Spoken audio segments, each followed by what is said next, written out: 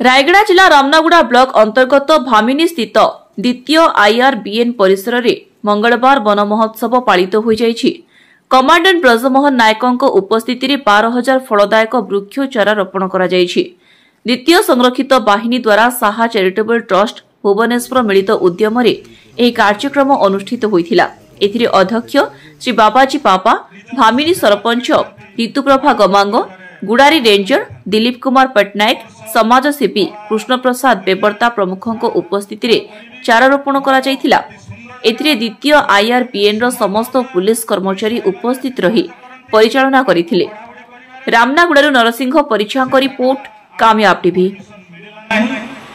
पूरी म्युनिसिपालिटी देला नहीं, तेणु आमे अन्य जगह रे आज आमे व्यवस्था करूछु। रथयात्रा रो बाहुड़ा पर्यंत तांकर ए व्यवस्था रही थाए, बिना मूल्य रे खाइबा जगाई थांती। ए परी महान काम से आहुरी केते कोन अछि, तांकर मेडिकल अछि, मेडिसिन दुकान अछि, नर्सरी मध्ये अछि।